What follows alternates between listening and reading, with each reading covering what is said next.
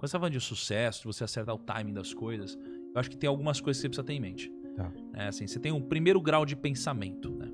O primeiro grau de pensamento é um pensamento medíocre. É o pensamento que a maioria das pessoas tem em relação às coisas, tá? Quando a pessoa tem um primeiro grau de pensamento, elas nunca vão atingir qualquer tipo de sucesso financeiro. O que é a mediocridade? É assim, você olha para uma Ferrari e você fala, esse carro é incrível, esse carro é muito bonito, esse carro é bacana, ele faz de 0 a 100 sei lá quantos segundos. Legal, esse é o primeiro grau de pensamento. Ah, tá. É uma coisa óbvia. É o que todo mundo pensa quando vê uma Ferrari, né? O que é o segundo grau de pensamento? É quando você pensa assim, cara, legal esse carro, mas quem dirige essa Ferrari? Como que essa pessoa pensa? Onde ela trabalha? Como ela conseguiu ganhar dinheiro de fato para poder comprar esse carro? Esse é um segundo grau de pensamento, né? Isso daqui deve ser aplicado em tudo na vida, né? Então, você olha para o cenário de podcasts, o que está acontecendo hoje, e você fala, nossa, olha que legal aqui, esse podcast é legal, esse podcast é legal, caralho, olha que podcast legal, tá bombando aqui, ele é top. Esse é o primeiro grau de pensamento. O segundo é, ele é top, mas como que ele conseguiu fazer isso? Será que eu posso fazer igual também? Por quê? Como que ele pensa e tal? E aí você consegue fazer também. Então isso daqui é o que eu sempre tento aplicar na minha vida. Engenharia reversa, talvez? Eu acho que seria uma evolução de um pensamento, né? Então é sempre você pensar num segundo nível de pensamento.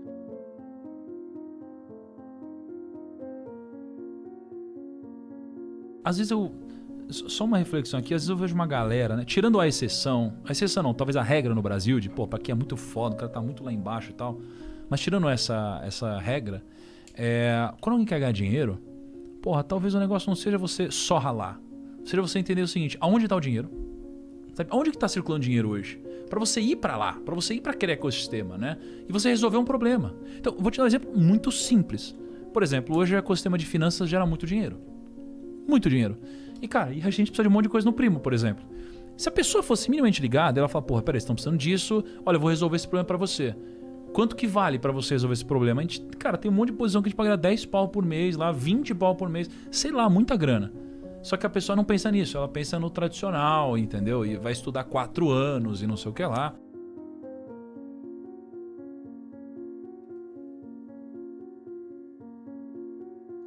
Eu tenho uma tara de ir atrás do porquê que as pessoas de fato conseguem, né? Por que as pessoas conseguiram enriquecer? Por que aquele cara é bilionário? Por que aquela mulher conseguiu montar uma empresa gigantesca? E aí, mais ou menos 6 anos pra cá, foi quando eu comecei a de fato ir atrás das pessoas ativamente, né? Ir atrás de bilionário, ir atrás de, sei lá, prêmio Nobel, investidor e começar a estudar sobre isso, né? Hoje, o que eu entendo sobre, né? Eu entendo que tem muitas similaridades entre essas pessoas. A gente precisa entender quais são as regras do jogo e a gente precisa entender quais são as regras do sucesso, né?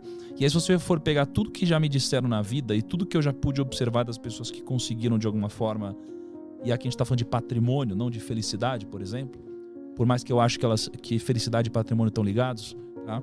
Mas o que eu percebi é que existem essas duas coisas, né? Existem regras do jogo e regras do sucesso. Então, o que a gente aprende com isso? Que você primeiro precisa entender quais são as regras do jogo do seu segmento. E no mundo dos negócios, existem algumas regras do jogo. As regras do jogo, elas servem não para te jogar para frente, mas elas servem para não te tirar do jogo.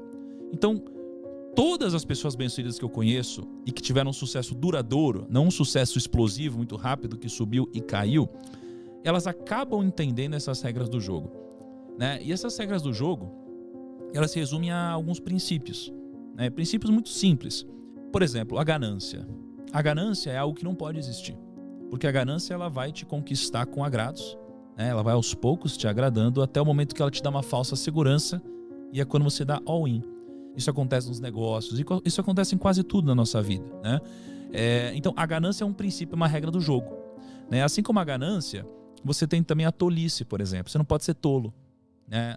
Nenhum dos grandes sucedidos, eles podem ser tolos, né? A tolice é você, basicamente, ser arrogante ou você ser ignorante. O ignorante não sabe que não sabe, e o arrogante, ele acha que sabe tudo. Só que o problema é que o arrogante, ele só acha que sabe tudo porque ele não tem conhecimento suficiente para saber que não sabe tudo. Logo, o que desbloqueia tanto a arrogância quanto a ignorância é o conhecimento. Só que o arrogante nunca vai buscar o conhecimento, né? Porque a ponte para ele acessar o conhecimento é a humildade. Então, você precisa ser humilde. Quanto mais você cresce, mais humilde você precisa ser. o fator mais importante para alguém ser bem-sucedido é uma coisa chamada grit. G-R-I-T. Grit. Grit é basicamente o entusiasmo, é a garra. É aquela pessoa que às vezes ela não tem todo o conteúdo técnico possível, mas ela é aquela pessoa entusiasmada, a pessoa que ela fala assim, eu não sei, mas eu vou conseguir, eu vou atrás, eu vou aprender. Então o entusiasmo é uma dessas 4 coisas. A escala é outra dessas 4 coisas, né? A escala, ela é importante porque você nunca vai ser bem-sucedido fazendo uma única coisa pequena, né? Pô, se eu vender uma garrafinha de água, eu nunca vou enriquecer. Se eu vender 2, também não. Eu preciso de uma escala muito grande, tá? A terceira coisa é a direção. Eu preciso da direção correta. Então, eu preciso estar na direção correta porque se eu não estiver, eu nunca vou chegar. E a direção é mais importante que a velocidade, né, no que a gente está fazendo.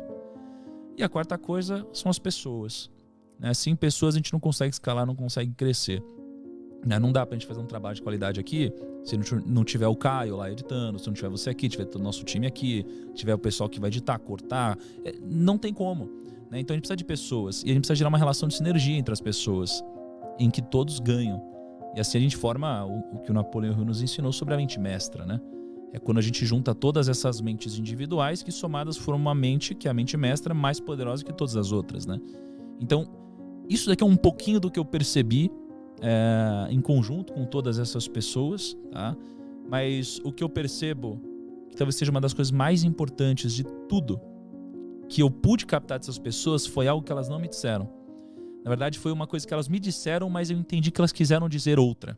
Que foi o seguinte: a gente ouve na nossa vida várias vezes que o segredo é a gente acertar mais que errar. Aí você fala assim, não, mas tudo bem errar. Errar faz parte. Você só precisa acertar mais que errar. E eu acho que não. Eu acho que eles não quiseram dizer isso também. Mas eles sem querer disseram. O que eles quiseram dizer pra mim é: você não precisa acertar mais do que errar. Você precisa fazer com que os seus acertos sejam muito maiores do que os seus erros, né? Isso daqui chama convexidade. Então, ou quase todas as pessoas que eu conheço, todos os bilionários, os investidores, os grandes, o que eu percebo entre eles é que eles erraram pra caramba. Ou seja, eles erraram muito mais que acertaram. Só que um acerto deles pagou por tudo. Que geralmente foi um grande empreendimento, foi um grande negócio. Então isso aqui chama convexidade. É fazer com que os seus acertos sejam muito grandiosos e os seus erros sejam muito pequenos e nunca te exponham ao risco da ruína, que é o risco de te tirar do jogo, né? Então, para mim, essa aqui foi uma das coisas mais importantes que eu peguei e que eles não disseram, né?